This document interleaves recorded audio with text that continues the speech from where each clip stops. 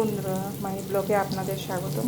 দেখুন, আজকে আমি রান্না করতে চলেছি সয়াবিন আলু দিয়ে মাংসের মতন রান্না করব। আপনারা দেখতে থাকুন।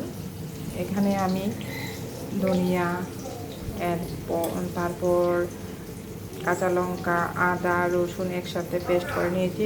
একটুখানি পেঁয়াজ দিয়েছি, এখানে পেস্ট করে নিয়েছি।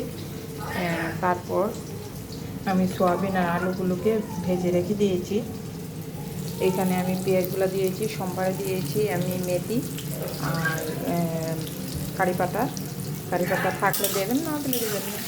কারি পাতাটা দিলে আমাদের যে গ্যাস্ট্রিকের প্রবলেম হয় ওইটা হয় না আর কি। এখানে পেঁয়াজ আমি বড় বড় করে কেটেছি, পেঁয়াজগুলো দিয়ে দিয়েছি। তারপরে গোল্ডেন কালার হয়ে গেলে তারপর আলু এগুলো যে রেডি করেছি, এটার আগে আমি এই পেঁয়াজগুলো দিয়ে দেবো। বন্ধুরা, এখানে আমি লবণ দিয়ে দিয়েছি, পেঁয়াজের সাথে লবণ দিয়ে দিয়েছি। এখানে জিরে গুঁড়ো, লঙ্কা গুঁড়ো আর একটু হলদি নিয়ে এলাম, একসাথে দিয়ে দেবো। এটা যাতে পুড়ে না যায় তার জন্য একটু জল দিয়ে দিলাম। অনেক দিন পরে আপনাদের মাই ব্লগে একটু কিছু রান্না দেখাচ্ছি। এটা আপনারা যদি খান ঘরে, মাংস না থাকলেও ঘরে রান্না করে ফেলতে পারেন। এখন মশলাটা হোক, তার মধ্যে আমি ঢাকনা দিয়ে দেবো। আমি এখানে ঢাকনাটা দিয়ে দিলাম। দেখুন, আমার মশলাটা মোটামুটি ভাজা হয়ে গেছে।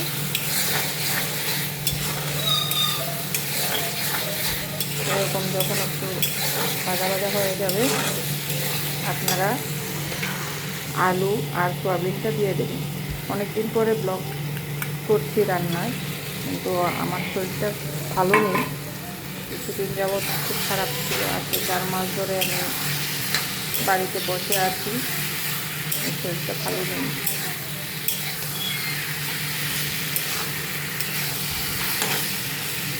আজকে ঘরে কিছু রান্না ছিল না। আজকে বিশ্বকর্মা পুজো কী করবো, কিছু রান্না করে, মাছও ভালো লাগে না খেতে। মাংসের মতন সয়াবিনটা রান্না করে নিচ্ছি। মাংসের মতন একদম কষিয়ে নেবেন। কষিয়ে নেওয়ার পর তারপরে জল এখানে দিয়ে দেবেন। তারপর নামানোর আগে আপনারা যে গরম মশলা খান ওইটাই দিয়ে দেবেন।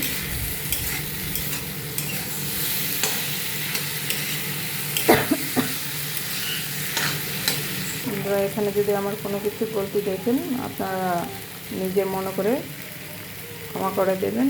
আমি তো এত ব্লগ করি না, জাস্ট কিছু কিছু রান্নার ব্লগ দেখাই। আজকে ঘরে কিছুই ছিল না, শুধুমাত্র সোয়াবিন ছিল, আলু ছিল, তো তা দিয়ে আমি রান্না করে ফেলেছি। আমার হাজব্যান্ড তো বাড়িতে থাকে না, ও বাজার করে দিয়েছিল। এগুলো কালকে মাত্র শেষ হয়েছে। তো শ্রীনগরে এখন নতুন পোস্টিং হয়েছে, এত তাড়াতাড়িও আসতে পারবে না, আমাকে বাজার করে খেতে হয়। তার মধ্যে মেয়ের পড়াশোনা হচ্ছে, সবগুলো খেয়াল রাখতে নিজেও চাকরি করতে হয়। দেখুন, একদম মাংসের মতন কষানো হয়ে গেছে, আর একটু কষানো হবে। তারপর ভালো করে কষানো না হলে ওটার স্বাদ পাবেন না। মনে রাখবেন, আলু আর সয়াবিনগুলো কিন্তু আগে ভেজে নেবেন, তারপর ওটার টেস্ট পাবে। দেখুন, আমার এটা কষানো হয়ে গেছে। তার মধ্যে একটু জল দিয়ে দেবেন, পরিমাণ মতো আপনারা জল দেবেন, নুন দেবেন।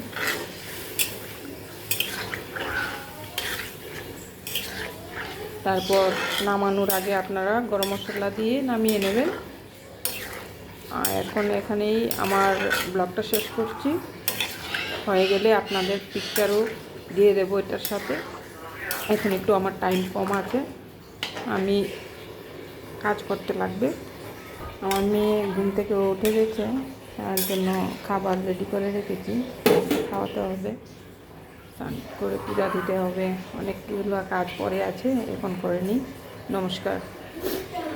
আমার যদি রান্নারগুলো ভালো লাগে আপনারা লাইক এবং সাবস্ক্রাইব করে দেবেন, কমেন্টস করবেন। নমস্কার, আমি এখানে আমার ভিডিও শেষ করছি।